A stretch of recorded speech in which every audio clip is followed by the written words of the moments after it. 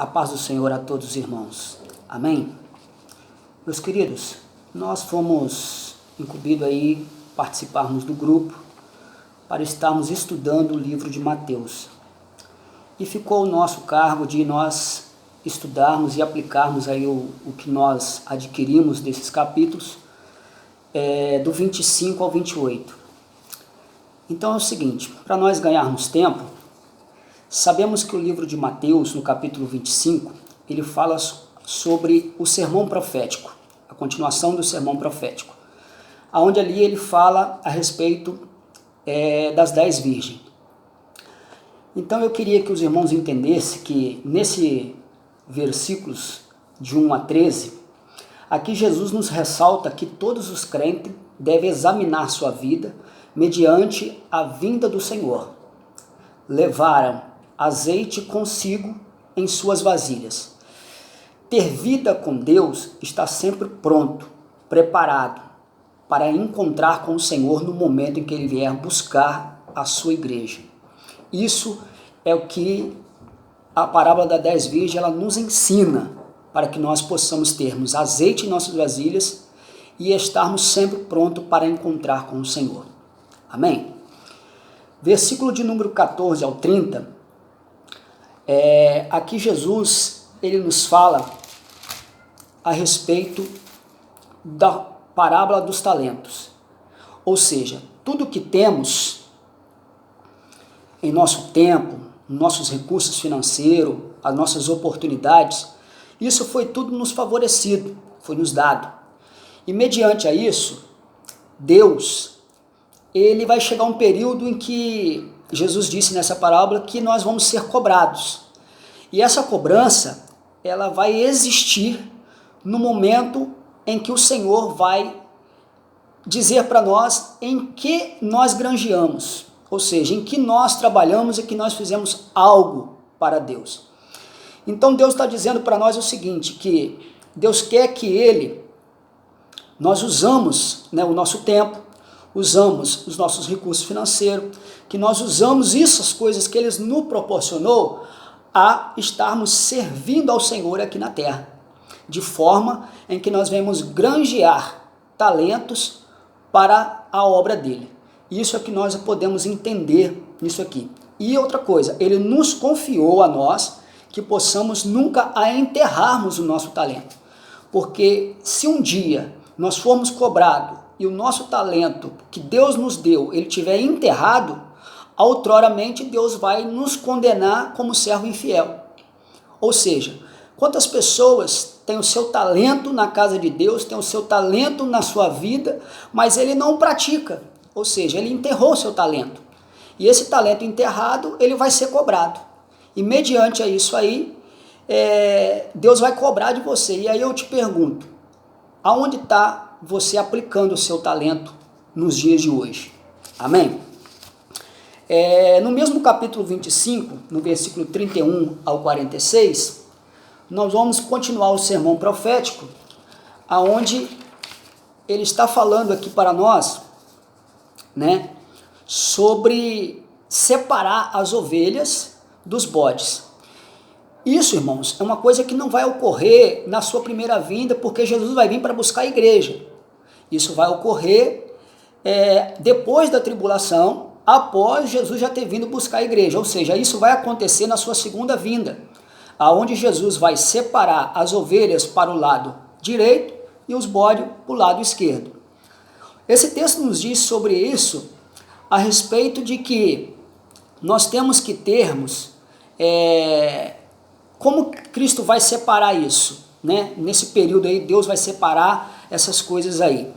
É porque nesse período, a palavra de Deus está nos dizendo que sobre os outros atos, de amor, de compaixão, que o texto mostra a respeito, o que me deste de beber, me deste de comer, me deste de vestir, Então ele está dizendo assim, que vocês usaram de amor, de compaixão, para com as pessoas que chegaram até a sua porta, até você, que precisaram, e você fez esse tipo de coisa.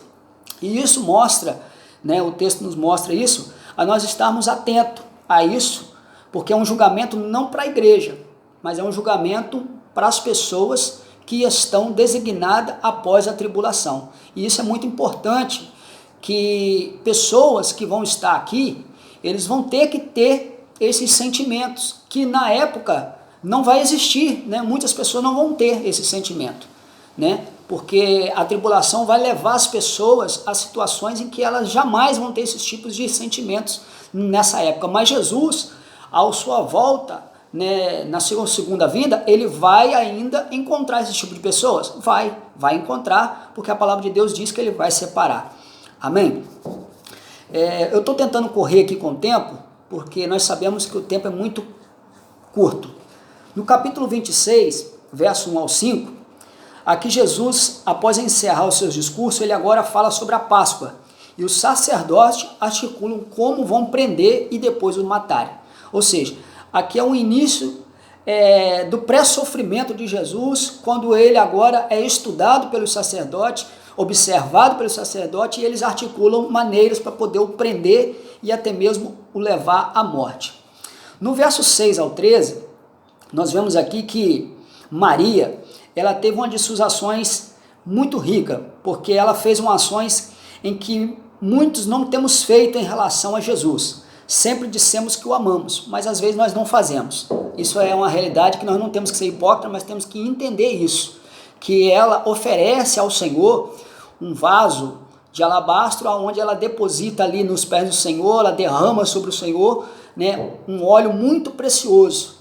E aquilo ali dá de entender que é todas as suas economias que ela coloca e presta ali essa situação ao Senhor Jesus. E isso nos traz a nós entendermos que Maria amava Jesus, um ponto em que ela não mediu a sua situação, ela não mediu o seu interesse econômico, ela não mediu nada. O que ela queria era impressionar e fazer algo de extraordinário que mostrasse o seu amor para com o Mestre. E isso aí Jesus vai dizer que ele mesmo disse que o ato que ela cometeu jamais seria esquecido, mas que seria pregado a todo tempo, né? E é o que nós hoje estamos fazendo, pregando aquilo que Maria revelou. Amém? Do verso 14 ao 16, do mesmo capítulo 26, ali fala sobre o valor em que foi o preço designado pelos sacerdotes, ajudas que os cobraram para estar entregando Jesus, 30 moedas de prata. Se nós olharmos esse texto, ele está muito ligado ao texto referido a Jeremias, capítulo 32, versos 6 a 9, que é uma profecia dada ao Senhor nosso Deus para Jeremias, e essa profecia ela se cumpre exatamente nesse período, aonde o Senhor Jesus ele é vendido, né, por essas moedas de prata.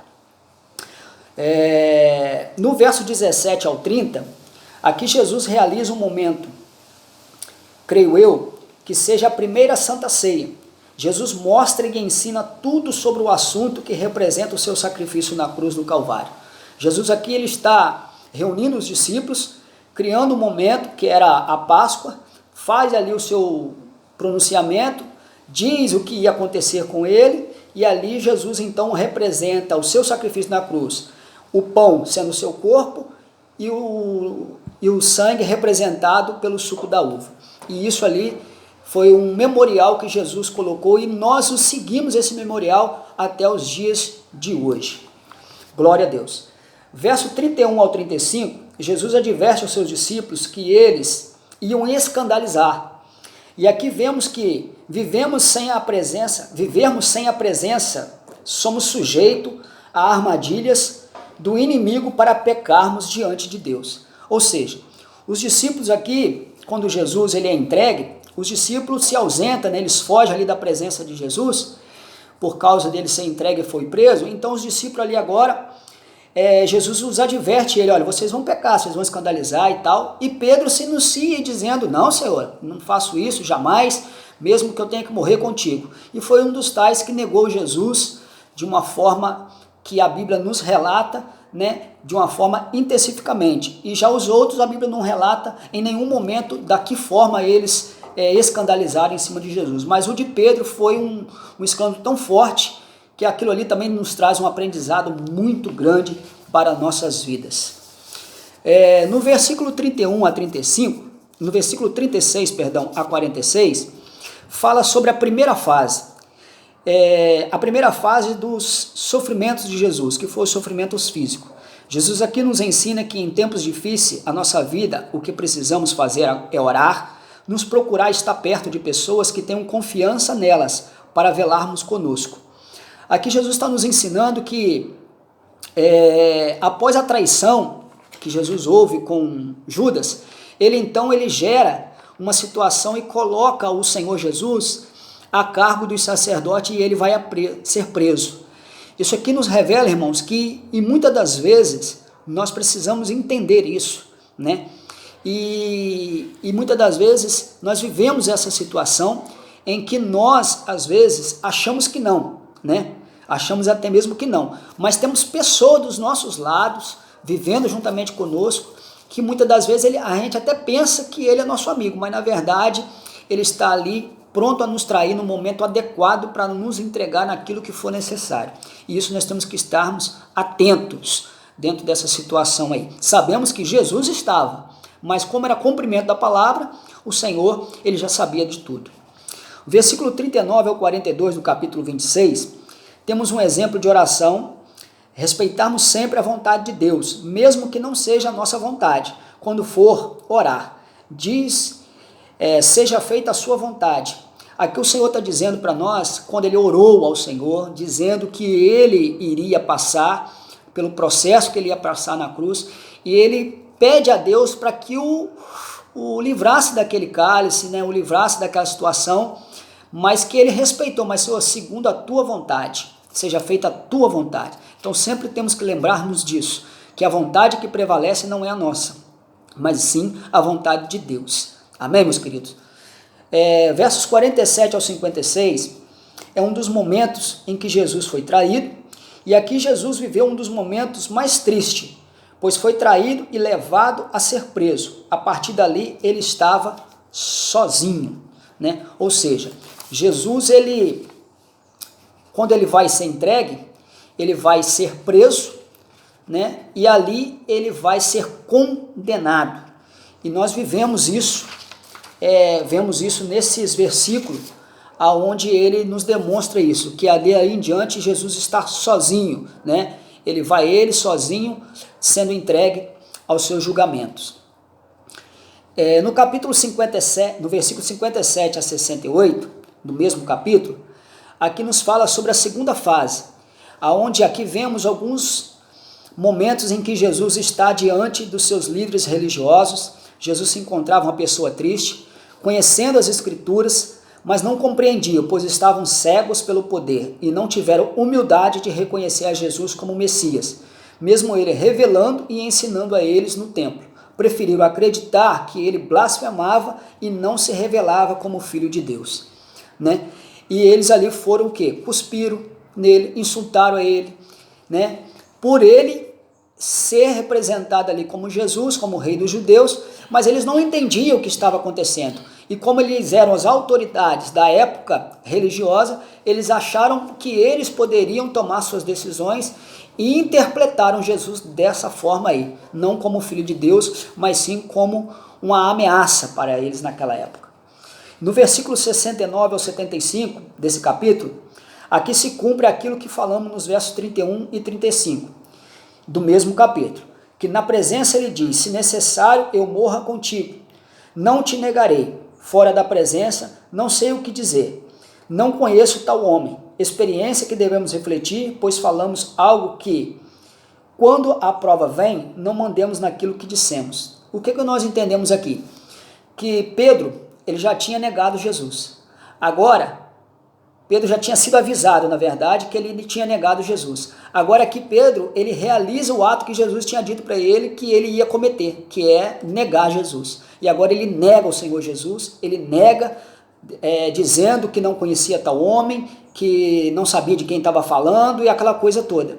E aí nós entendemos que Pedro, lá atrás, ele retificava alguma coisa e agora ele está dizendo outra. Às vezes nós cometemos esse mesmo erro. Dissemos, mas na verdade ao passar do tempo, nós mesmos vamos dizer que aquilo que nós dissemos nós jogamos aquela palavra por terra e afirmamos outro tipo de palavra que na verdade é uma palavra negativa, é uma palavra que nos joga lá embaixo e aquilo que nós não queremos, nós acabamos fazendo. E isso aí nos leva a refletirmos sobre às vezes as coisas que nós dissemos. Por exemplo, você disse que vai, mas na verdade a sua vontade era dizer não vou. Mas você disse que ia e você acaba cumprindo aquilo que o seu coração está determinado, mas não aquilo que você disse na verdade. E isso é muito sério, meus amados. Isso é muito sério. Capítulo de número 27, para nós tentarmos concluir aqui. Verso 1 ao 10. Fala sobre a terceira fase. De manhã, Jesus foi assaltado e entregue a Pilatos. Aqui fala sobre a condenação após Judas, ter o entregado. Aonde Jesus ele disse aqui que ele foi condenado, por Pilatos. E Judas aqui agora ele se arrepende, dizendo que ele não queria ter traído o mestre, porque ele tinha traído Jesus, Jesus era inocente, mas ele não sabia que Jesus ia ser levado à morte. Lógico que ele não sabia, porque ele estava cego fazendo algo em que ele estava sendo impulsionado não por ele próprio, mas sim por entidades, que nós sabemos que ele estava sendo usado. Às vezes cometemos esses erros por estarmos influenciados por pessoas que depois te condenam, dizendo que você fez, atendemos para isso. O que eu quero dizer aqui para nós atendermos para isso? É dizermos, na verdade, irmãos, que muitas das vezes nós criamos situações, fazemos as coisas, assumimos aquilo que fazemos, mas só vamos entender que nós erramos quando nós verdadeiramente contemplamos aquilo que nós fizemos é verdadeiramente errado. Enquanto nós estamos fazendo, às vezes nós não admitimos que nós erramos, porque estamos fazendo. Mas quando nós admitimos, porque o tempo passou e nós vemos, poxa vida, errei, cometi ato que não deveria ter cometido. Isso aí nos traz a memória e faz com que nós se arrependemos. Por isso precisamos rever os nossos conceitos e entender que não é isso que Deus quer de nós. Verso 11 ao 31 do capítulo 27. Aqui vemos um homem que tinha o poder de absolver Jesus, mas não queria, porque o povo contra ele então cria sua estratégia. Era um costume e ele queria soltar e condenar o outro. Aqui nós vemos, irmãos, para ganharmos tempo, que Pilatos ele tinha o poder de libertar Jesus, mas ele não queria sujar suas mãos. Então ele queria o quê? Ele queria criar uma maneira que pegasse a culpa e jogar em alguém. Esse alguém que ele queria condenar não era só o sacerdote, mas também o povo. Jogando em cima do povo, o povo agora diz o quê? Que caia sobre nós o sangue desse justo e sobre nossos filhos. Então, isso gerou hoje, até os dias de hoje, essa perseguição que acontece sobre esse povo e sobre os filhos desse povo. Então, tudo isso é gerado por causa dessa palavra aí, em que Pilatos, ele tinha o poder, mas ele não quis absolver Jesus. Mas nós sabemos que isso aí é um cumprimento também da palavra de Deus, que está lá no livro do profeta Isaías, capítulo 53, versículo 5, que a palavra de Deus precisava se cumprir através das suas profecias. Amém, meus queridos? Do verso 32 ao 56, aqui fala sobre a sexta fase, ou seja, Jesus levando a sua cruz. Aqui vemos seus últimos sofrimentos e a sua morte de cruz, aonde Jesus é entregue, carregando a sua cruz, sendo ajudado por Cirineu, pelo peso da cruz, mas ele chega ao Gólgota, onde ele ali é crucificado e é morto, pagando com um preço de morte na cruz. Aqui também, nos versos 57 e 66, aqui nós vemos que mesmo Jesus, depois de morto, ainda eles deixavam os sacerdotes e os fariseus preocupados, pois eles chamavam ele de enganador. Interessante é que eles arrumavam meios de inibir o que ia acontecer, criando os seus meios. Eles ouviram Jesus dizer que no terceiro dia ele ia ressuscitar. Então eles criaram uma situação aqui para que Jesus não fosse revelado a sua ressurreição, mas que eles criassem aqui uma mentira para que as pessoas pudessem entender que Jesus não roubaram o corpo dele, Jesus não ressuscitou, foi o corpo dele que foi roubado, entendeu? E ele não ressuscitou. Isso aí foi criado para que isso acontecesse. Os sacerdotes, mas os fariseus, juntamente com alguns ali da congregação, eles articularam isso aí para poder gerar esse tipo de situação. Mas louvamos ao Senhor que as estratégias deles não deu certo e Jesus ressuscitou e hoje ele reina e vive para todo sempre. No capítulo 28, para nós encerrarmos, Jesus ressuscita e o anjo dá notícia às mulheres e instrui a elas a ir anunciar a seus discípulos. Ou seja, Maria Madalena e Maria foram até o sepulcro e quando chegaram lá, Jesus já não estava mais, Jesus havia ressuscitado e o anjo lhe dá a notícia a elas do que tinha acontecido. E elas vão até o Senhor, vão até os discípulos e anunciam aquilo que eles precisavam saber a respeito da ressurreição de Jesus, né? Ou seja, Jesus ressuscita, né? Graças a Deus o Senhor, ele triunfou da morte. E no versículo 11 a 15, aqui vemos que os sacerdotes se reúnem e dão dinheiro, né, aos soldados que contemplaram tudo aquilo em que eles foram pagos para dizer ao contrário, né? Eles dizem que foi mentira, que Jesus não havia ressuscitado e tal, aquela coisa toda. Por quê? O que eles armaram para que Jesus fosse escondido, né, e deduzasse que os discípulos tinham roubado o corpo, por isso eles botaram o soldado lá para ficar vigiando. Só que os soldados dormiram e aí Jesus ressuscita e quando eles acordam, eles deparam com a porta aberta do sepulcro, com a pedra removida e Marta e Maria ali recebendo a notícia dos anjos e eles ficam atemorizados, se desmaiam e ali quando eles voltam a si, Deus então mostra para eles que Jesus havia ressuscitado, mas eles vão lá contar a verdade. Quando eles chegam lá com a verdade, na verdade, eles mandam eles pegar a mentira e oferecem eles um bom dinheiro. E isso, às vezes, irmãos, acontece também no meio do povo de Deus, onde pessoas agem dessa forma, né? São compradas e ensinam os ensinamentos de Deus de forma totalmente errada. Amém?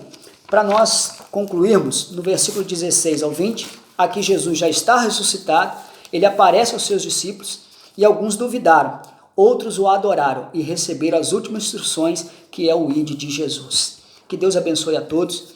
Eu quero dizer que esse vídeo ficou um pouquinho prolongado, porque se os irmãos observar, os nossos capítulos eles têm uma quantidade imensa de versículos, de temas, e nós precisamos desse tempo para podermos instruir os irmãos e orientar naquilo que Deus nos deu.